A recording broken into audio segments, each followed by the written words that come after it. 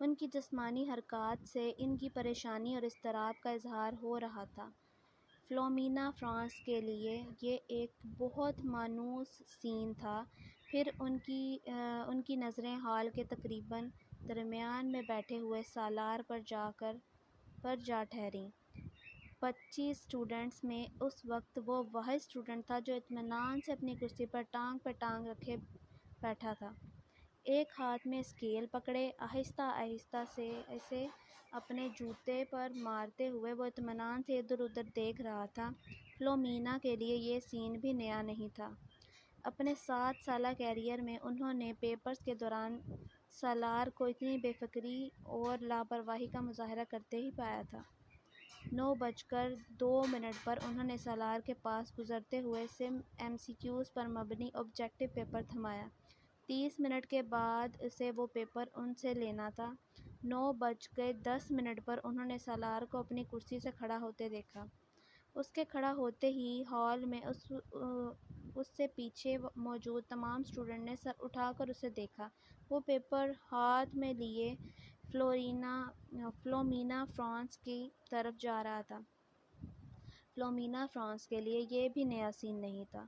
وہ پہلے بھی یہی کچھ دیکھتی آئی تھیں۔ 30 منٹ میں حل کیا جانے والا پیپر وہ 8 منٹ میں حل کر کے ان کے سر پر کھڑا تھا۔ پیپر کو دوبارہ دیکھ لو۔ انہوں نے یہ جملہ اس سے نہیں کہا۔ وہ جانتی تھیں اس کا جواب کیا ہوگا۔ میں دیکھ چکا ہوں۔ وہ اگر اسے ایک بار پھر پیپر دیکھنے پر مجبور کرتیں تو وہ ہمیشہ کی طرح پیپر لے کر اپنی جگہ پر اپنی کرسی کے ہتھے پر رکھ کر بازو سینے پر لپیٹ کر بیٹھ جاتا۔ انہیں یاد نہیں تھا کبھی اس نے ان کے کہنے پر پیپر کو دوبارہ چیک کیا ہو، اور وہ یہ تسلیم کرتی تھیں کہ اسے اس کی ضرورت بھی نہیں تھی۔ اس کے پیپر میں کسی ایک بھی غلطی کو ڈھونڈنا بہت مشکل کام تھا۔ انہوں نے ایک ہلکی سی مسکراہٹ کے ساتھ اس کے ہاتھ سے پیپر پکڑ لیا۔ تم جانتے ہو سالار، میری زندگی کی سب سے بڑی تمنا کیا ہے؟ انہوں نے پیپر پر نظر ڈالتے ہوئے کہا کہ میں تمہیں 30 منٹ کا پیپر 30 منٹ کے بعد سبمٹ کرواتے ہوئے دیکھوں۔ وہ ان کی بات پر خفیف سے انداز میں مسکرایا۔ آپ کی یہ خواہش اس صورت پوری ہو سکتی ہے میم، اگر میں یہ پیپر 150 سال کی عمر میں حل کرنے بیٹھوں۔ نہیں، میرا خیال ہے 150 سال کی عمر میں تم یہ پیپر 10 منٹ میں کرو گے۔ اس بار وہ ہنسا اور پھر مڑ گیا۔ فلومینا فرانس نے ایک بار اس کے پیپر کے صفحات کو الٹ پلٹ کر کے دیکھا۔ ایک سرسری سی مسکراہٹ بھی انہیں یہ بتانے کے لیے کافی تھی کہ وہ اس پیپر میں کتنے نمبر گنوائے گا۔ 0۔ سلمیٰ نے اپنی بیٹی کے ہاتھوں میں گفٹ پیپر میں لپٹے ہوئے پیکٹ کو حیرانی سے دیکھا۔ یہ کیا ہے امامہ؟ تم تو مارکیٹ گئی تھیں، شاید کچھ کتابیں لینی تھیں تمہیں۔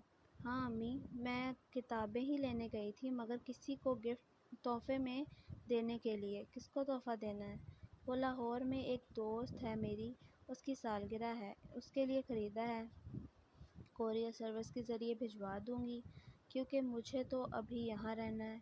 لاؤ، پھر مجھے دے دو یہ پیکٹ، میں وسیم کو بھیج دوں گی، وہ بھجوا دے گا۔ نہیں امی، میں ابھی نہیں بھجواؤں گی، ابھی اس کی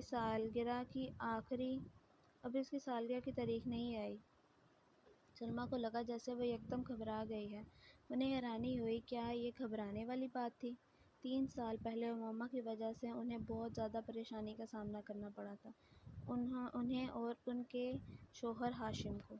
وہ تب اپنی بیٹی کے بارے میں بہت فکر مند تھیں اور ہاشم ان سے زیادہ، مگر پچھلے 3 سال میں سب کچھ ٹھیک ہو گیا تھا۔ وہ دونوں اب اس کی طرف سے مکمل طور پر مطمئن تھیں، خاص طور پر اسجد سے اس کی نسبت طے کر کے۔ وہ جانتی تھیں امامہ اسجد کو پسند کرتی ہے، اور صرف وہی نہیں، اسجد کو کوئی بھی پسند کر سکتا تھا۔ وہ ہر لحاظ سے ایک اچھا لڑکا تھا۔ وہ یہ بھی جانتی تھیں کہ اسجد سے نسبت طے ہونے پر وہ بہت خوش ہوئی تھیں۔ اسجد اور اس کے درمیان پہلے بھی خاصی دوستی اور بے تکلفی تھی، مگر بعض دفعہ انہیں لگتا تھا جیسے وہ خاموش وہ وقت گزارنے کے لیے ساتھ ساتھ